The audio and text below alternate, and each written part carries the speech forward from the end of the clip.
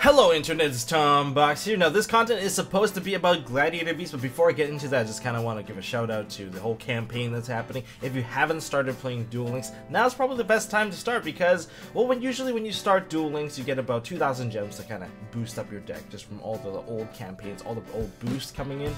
And then now you get additional 1,500 gems from the 1-year anniversary campaign, and there's a ton of stuff that's given away. Like every day when you log in, you get an SR ticket or a UR ticket, which can help really boost up your deck to keep it up to the meta. You also have that reprint pack available that you can spend all your gems on, because they are guaranteed one SR or UR card in there, and it's some of the more meta stuff in the game that's basically been going on for the last whole year. So that's just my little quick shout out there. But okay, onwards to Gladiator Beast, since that's the deck that I started with to kind of climb when I came back into the game. So let's get started. So I'm going to show you guys 3 variants of a Gladiator Beast deck that you guys can build, from the most budget to the least budget. And of course the most budget one is not going to be as strong, can only climb you up to so far because it starts becoming predictable. Players get stronger and stronger in PvP ranked matches. But then in the later ones where it's less budget, you can see the interaction that you can do against your opponent. I'll give you tips and tricks about how good this deck is, how people are going to beat you, and I'll show you guys a couple of replays. But starting with the most budget deck, we have the Test 8 variant of Gladiator Beast. This is a Holy Guard Test 8 Gladiator Beast, which is super easy to acquire. I spent about 1,500 gems, and this is the deck that I kind of came up with. I guess I didn't really have the Heraclinos at the time, but you know what, for the time's sake, we'll just keep it in there. So anyways, unfortunately, I started off pulling only one Lucari, and it took me forever to get my entire set. This is one of your more important copies of the deck, just because he is your 18 beat stick, and without him, you're going to have a tough time running over stuff. So you're going to care more about crashing and tethering him out with Test Tape. Now we have 2 Bestiari, and we have also 2 Murmillo. Now Bestiari is of course the one that you use to pop spells and traps when it gets tagged out of the deck, by a Gladiator Beast monster, and it is very effective because there's not exactly a lot of cards that deals with the back row, just removes out of the field. We have Dispel, I think we also have Remove Trap, but that requires a face-up trap. Dispel only hits spell cards, so it's very isolated. We do have Cosmic Cyclone now. I guess you have the Red Dragon Ninja, but like there is no MST in this game, so it's tough luck. So cards that can immediately do 1-for-1 removals are very, very high priority, especially if they don't cost anything. If it's a +1 card, you're gonna find that it's not gonna exist in this game for the most part. So Murmillo pops a face-up monster. Be careful about the face-up because it's mandatory, and if you just tag out Murmillo for no reason, it will cause you to pop your own monster. If I've seen my opponent do this, where they're like, oh, I set a face down card, and they're like, oh yeah, well, I'm gonna tag it in Murmillo, pop it, and then I'm gonna swing with the Murmillo, and like, you know, he has this all planned out, but he has to pop his own Murmillo and then screw himself over because he's a bad player. So now we have to run triple Test Tape because we're really cheap and we don't have enough copies of Lucari. Yeah, so Test Tape, because of Holy Guard. Now Holy Guard is a Taya specific skill. Holy Guard makes it so that you cannot take battle damage during your own turn, which is very useful against those Amazon Swordswoman deck, because they're like, oh, you swing into it, you don't take damage, they don't take damage, sure, they get the chump block, but you don't get yourself killed. Now we have the Test Tape. Test Tape can tether out whichever monster you need. Maybe you want to summon like 21 Beast Stick Lucari, then you can do that by tethering into the other monsters. But remember, it only summons out level 4 or lower, so why am I running like double Augustus? See, when you're doing a low tier climb, it's okay to run some of the cheesier cards, because even though there might be a dead draw, it's okay because you might not need your entire hand to actually beat some of these people, especially from the lower ranks. From rookie all the way to gold, I find that it's actually okay to run this card. In fact, you can cheese a lot of decks too, like some of the better decks, like Nethy's decks. That's the funniest ones, because every single time, like, oh, you pop like Fire King Yaksha, you pop the Sacred Phoenix of Nethys, and then you're like, okay, well, I'm gonna tag out into Augustus, and then they realize that they need an enemy controller so bad. Without enemy controller, their Nethys are gonna die because they can't run over your Augustus because of the 26 body, and it's really easy to fetch him out. So I run a pair of Augustus. You're like, why 2? That's so bad. Well, just don't expect to win every game. Just expect there will be some dead draw. This is budget, of course. If I could like switch these out for Lucari, I would, or put more Demakaris in there, I probably could.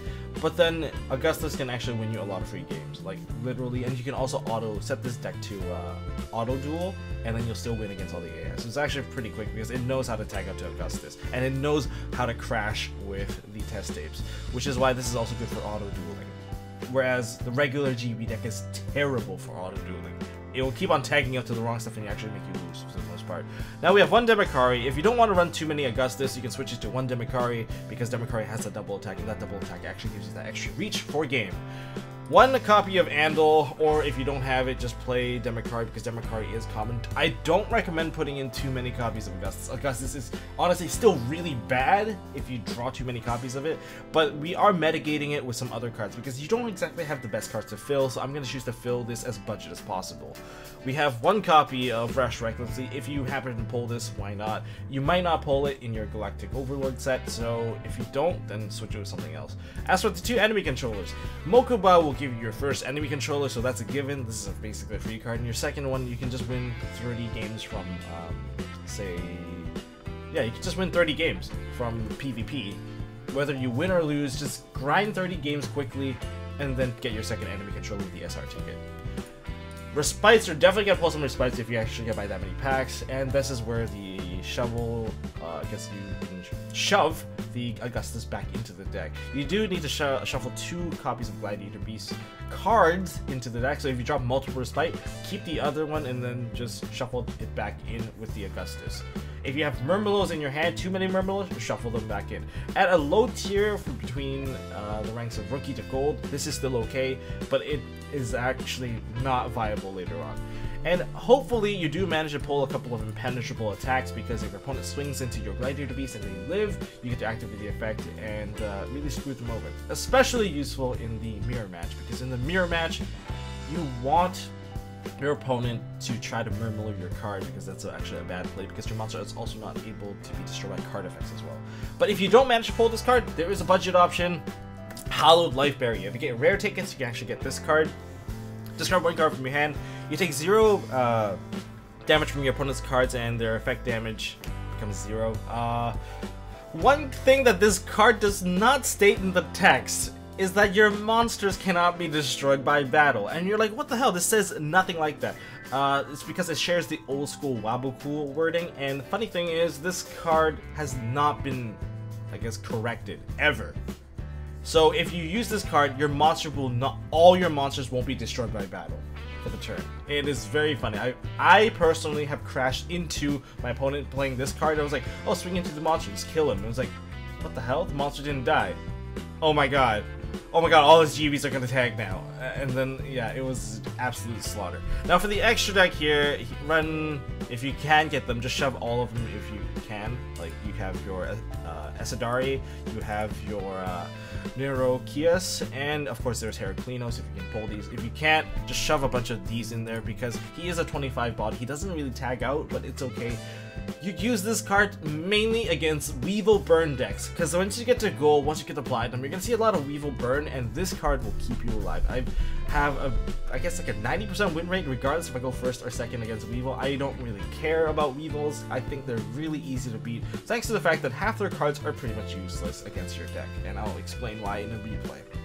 But this is the first, I guess, budget variant of Glad Beast. I'm going to quickly go over the other ones because it's a bit more obvious.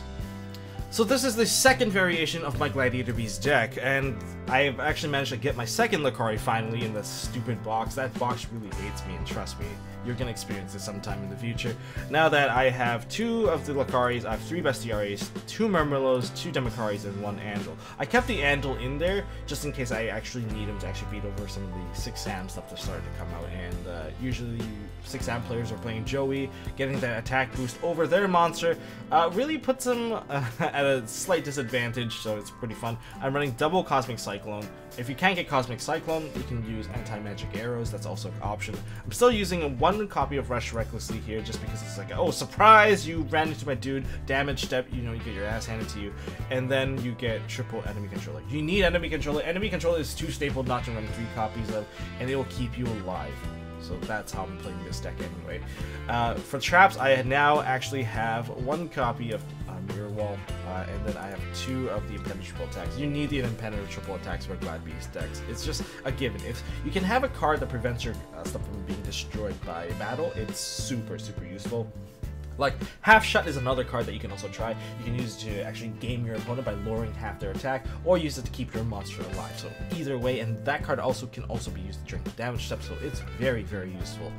And I'm running 1 copy of Ultimate Providence. If you don't have Ultimate Providence, you can usually fill this card with any other useful trap or any other useful spell that you believe is useful. Honestly, it's kind of still semi-budget here. You're mid-tier, and as for the extra deck, I sure hope you have at least 1 copy of Neurokias and Triple Esadari. Man, I'm really struggling with the names here. And of course, if you have Herc, shove Herc in. You're gonna win a few games with Herc if you do have Herc, because especially for the decks that like to grind, or they go into like an Aberrate Rabbit direct attack, and you can usually block off half the attacks using the impenetrable attack. But if you do manage to get to Herc, you can start negating all the stuff they have, because their deck is usually really slow and they don't clear your monsters. So Herc, once you get into it, you don't have to fear any of their spells and traps anymore, and you can go in for the big swings. But this is the mid-range. This deck helped me get to Legend, and once you hit Legend, you can't use Augustus anymore. You have to cut the Augustus, you have to cut the Respect, because they're pretty dead draw, and you're trying to luck sack your way through. You're gonna face more and more skilled players, and luck sacking isn't going to work anymore, so you gotta play with more skill. And quick tip for you guys, make sure you have the toggle button for your chaining available, because there are going to be certain decks like Ninjas or perhaps even Glad Beast where you're going to want this thing turned on. You want it to prompt you every single timing window, because if you make your opponent tag out first in a GB match, you can actually steal their monster perhaps a bit more effectively against them, and you can actually tag out with your opponent's GB monster. There's a lot of things, little intricacies that does matter a lot, and I don't really want to go into the detail, but it's important. And for my current build of Gladiator Beast, this one I finally got my 3rd Lucari. I decided to play the 3rd Lucari because an 18 beat stick is very useful, but I seem to not leave him out on the field anymore. I expect everyone at the Legend to King of Games ranking all to have enemy controllers, perhaps having all the cards they need to actually build their deck to maximum efficiency. So putting out a Lucari at 21 beat stick usually isn't exactly the best idea when you end your board. In fact, I prefer ending with a Democari because it has that extra reach and double attack, and people know how to chump hits now. So what's with the interesting tech of a Lava Golem? I only shoved in a Lava Golem. You can shove whatever the hell you want in there. I'm playing it with a fancier tech just because I don't exactly have all the cards, like Half Shot.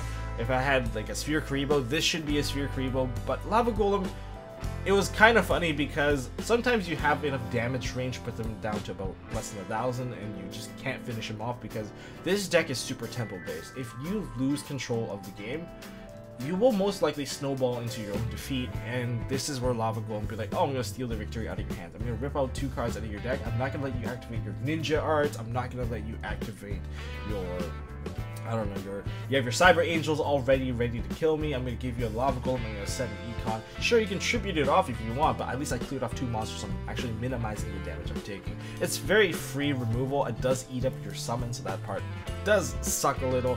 This is like my option of playing like a Kaiju for TCG. And Triple Lucari, double Bestiary. I could switch this to triple Bestiary because popping back row has become much more important than most cases. You're gonna hit the enemy controller, you're gonna hit like a wall of disruption. Yeah, there's lots of stuff like that. But in terms of GB, sometimes I preemptively put my opponent's stuff into defense, but just swinging into it because I know they have a wall of disruption. Losing the monster hurts more than actually losing life points. As long as your life points does not hit 0, you're fine. A pair of Murmillo, because Murmillo is just too good not to run popping phase up monster. It puts the threat in the deck because your opponent is always scared to misuse their battle phase. If they miss their battle phase, then they're really screwed. I run out a pair of Democars because you need the names of a GB monster to actually tag out, and you notice I'm not running Andals anymore because it's not exactly a huge problem dealing with 6 Sams. If they manage to play 6 Sams all the way to like Legend and King of Games, they know what they're doing, they're pretty skilled, and they're not going to be afraid of your Andal. I run a pair of Cosmic Cyclone because 1-for-1 removal is pretty good. Enemy controls to deal with Cyber Angels and all the other decks. Remember, quick tip for people dealing with Cyber Angels, if most people playing Cyber Angels are playing Pegasus at the time because they have Mind Scan, they can read for the enemy controller. If you have the enemy controller set and they go into Dakini, you can tribute your monster, take the Dakini, and from the Dakini effect, it will just send the Dakini back into the grave. Therefore, you killed their monster before they actually did anything, which opens a huge window for you to actually counter your opponent. That's one of the biggest things. One mirror wall because you don't want your opponent to swing, and you know you can keep yourself alive. Triple impenetrable attack now. You don't have to run triple. You can obviously flex for a better trap or a spell or even monster. Like, I wish I had a Karibo, what was it? Sphere Karibo, so I can have a hand trap, but I don't have that option. And if you actually manage to farm up a Mai, make sure you get yourself a Windstorm of Edequa because it changes all their monsters in, well, attack to defense, defense to attack. Usually can prevent OTK and perhaps even offering you a chance to clear off your opponent's entire board. But that's basically the entire deck here, and then the extra deck, one Herc, one Nero, and one Esadari. Or not one, but triple Esadari. You need triple Esadari because triple Esadari is actually one of the biggest win condition against Weevil burn decks. Weevil burn decks don't typically attack you unless they have like an Amazon Swords win, but I can kind of talk about that and kind of show you in a replay. So you know what? Let's go into some of the replays. They're a bit more fun. They're not exactly some of the best ones. Some of these were actually from the Plat days, but let's see what we got. Okay, so it's myself versus Bandit Keith, and this is actually a fan satisfaction because I did switch to Life Point Alpha to gain a 5,000 extra attack because my opponent is playing Woodland Sprite FDK, and guess what? He gets to go first.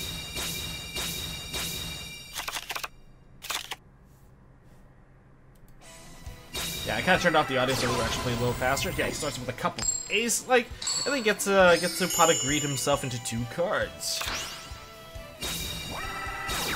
And let the Woodland Sprite begin. And like you can see in my hand, it's pretty bad. I have a Cattle Drive because Cattle Drive can let me draw a card. I was using it like an Upstart Goblin at the time. I don't recommend using that card, so don't use it. But this is one of the older duels. And Cursed Bamboo Sword and Golden Bamboo Sword, that combo is just nuts.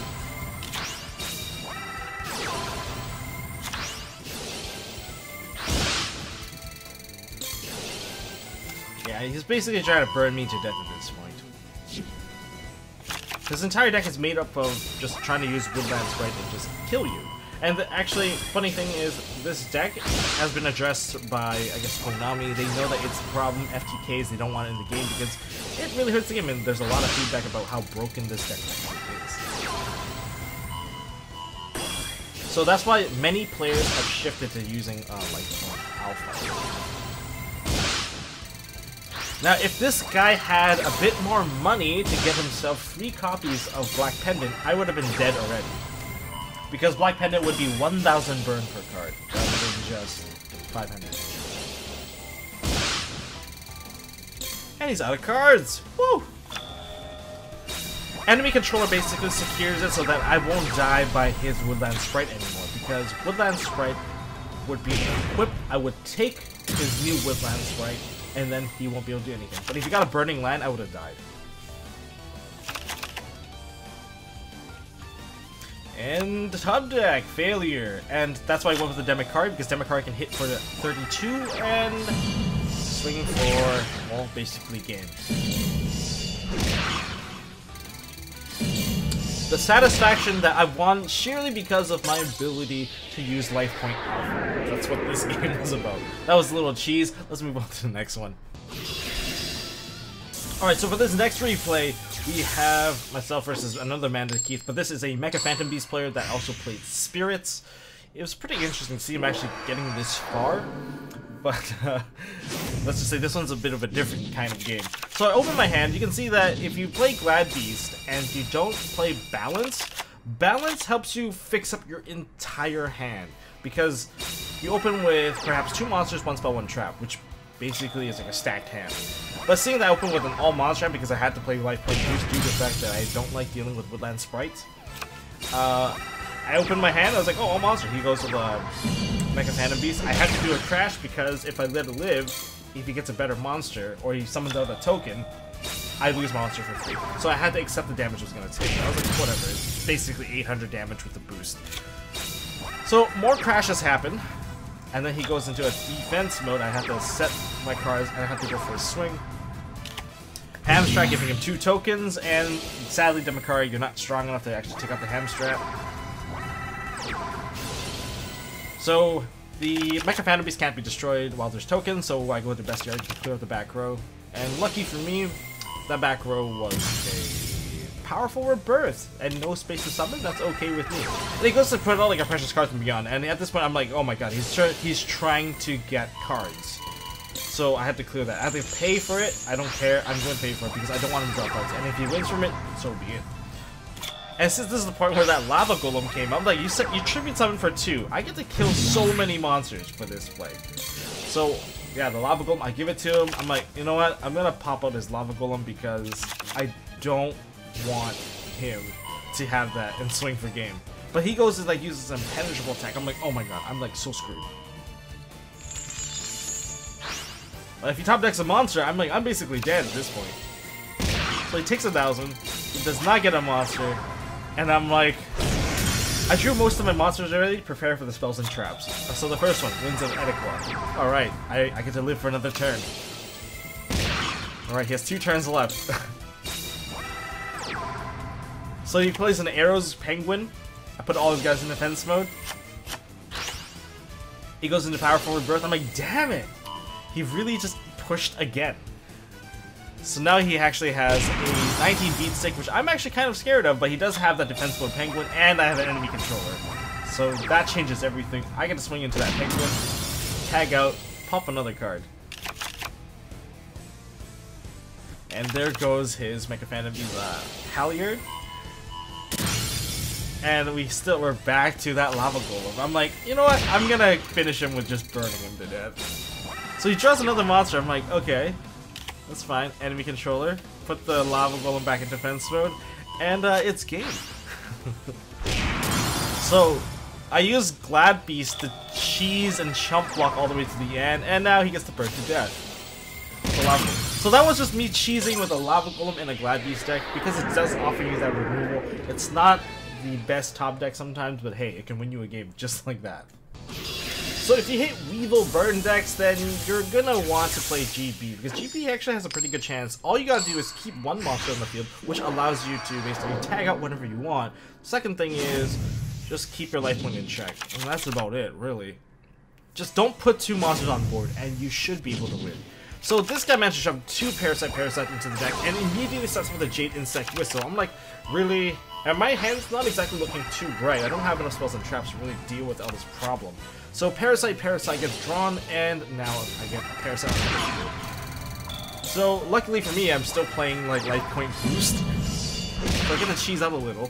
Now I hit him with a Bestiary, and I tag out, and I go into a Murmillo to pop that Parasite. Therefore, there's no Lava Golem. Remember, Lava Golem does count for most of the win condition, where Lava Golem can't attack, and you can't really tag out a Lava Golem. So, worst case scenario, you don't want to put that out there. So he puts on an Inaba just to chip me down, try to burn me even further.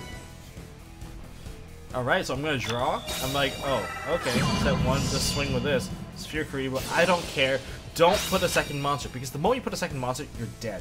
One of those cards has probably a Lava Golem. So it puts a Massive Weight Curse, so I can't attack him. So he's like, oh, I'm gonna force you to go into attack by summoning a monster. So I'm gonna summon my dudes, I'm gonna tag him, and there comes an Esadari. Basically traded his card for free. He goes Draining Shield. I'm like, Draining Shield, whatever. I force him to burn cards while not gaining any advantage. I was like, oh, I'm gonna massively curse you again. I'm like, I don't really care. I'll take your 700. Nah, just kidding. I'm just going to, like, impenetrable attack, take no damage. Because that basically accounts for a turn skip on his side.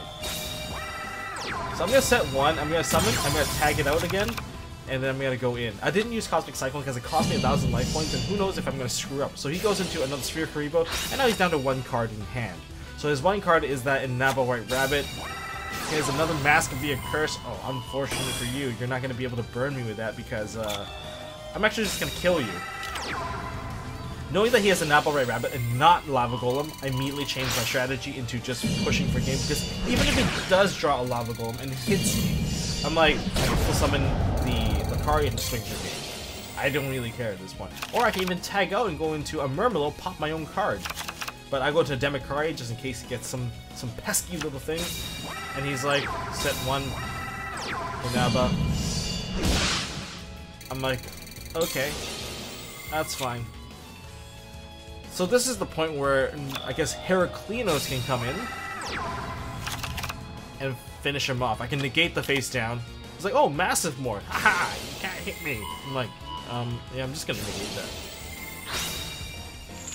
Freaking Weevil Burn. I hate Weevil Burn. When I was like a scrub, Weevil Burns like just cheese the shit out of me, and I just really did not like it. So, you know what? Goodbye, Weevil. So this round is gonna be about Mai versus Jaden. I guess this was kind of a weird one because I was trying to play on the other side, but this is a Glad Beast mirror match. Why the person's using Mai, I don't know, but why I'm using Jaden, both of us don't have any skills available. So, at the raw level of Glad Beast, the back row, I was guessing impenetrable attack. So immediately just clear it, and I can just swing with a Glad Beast, because I don't care about like losing life points at this point in the game. And I said 2. And this is why balance is so important. If you open with 2 and 1, you're good to go. And now I actually tag into Lakari, because Glad Beasts need to be able to attack. And if they have an enemy controller, I can use Winds of Etiquette to get my card back, eating his enemy controller along the way too. Now I'm believing that his back row is actually a bit of a problem. So I put his monster in defense position first, just in case I was going to lose my monsters, and then I'm going to swing. Even if you're going to lose out on a bit of damage, it's worth it for the security. And now you can actually pop the back row, and now we can actually confirm what it was. The back row was Metamorph. See, he could have boosted, and then that would have been a problem for me. I would have just lost the monster, and then now what am I gonna do? Now he's down to 1 card. 1 card, 2 cards against 4. He's not gonna be able to have a chance to win, so he's gonna use enemy controller. See, the part that I feared was he's gonna take my monster and then swing with it and clear 2 monsters. Now I have to use my mirror wall to keep my monster alive, giving him a tag. That was not ideal, but he's not in a good position either. With only 1450 life points, Augustus came out, and I'm like, you tagged out first, I tag out second, I pop your card, I swing for you. That was as simple as that. So, the name of the game is, don't let your opponent keep monsters on the field.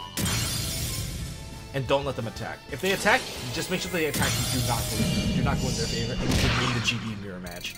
But, like all card games, even if you played all your cards right, sometimes you will still lose because they have the better hand.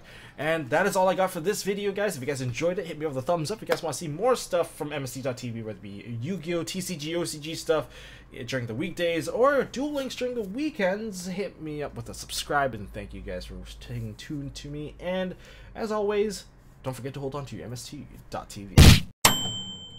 Hey guys, thanks for watching. If you like this video, please drop us a like so we know we are doing a good job, and you can also subscribe to MST.TV for more fantastic videos by clicking on the button on the left. Don't forget to check out our partners at Imperium Duelist. They make really high quality mats, including some of my own limited edition release stuff. And if you want to check out one of our past videos, click here on the right. As always, don't forget to hold on to your MST.TV, and I'll see you next time.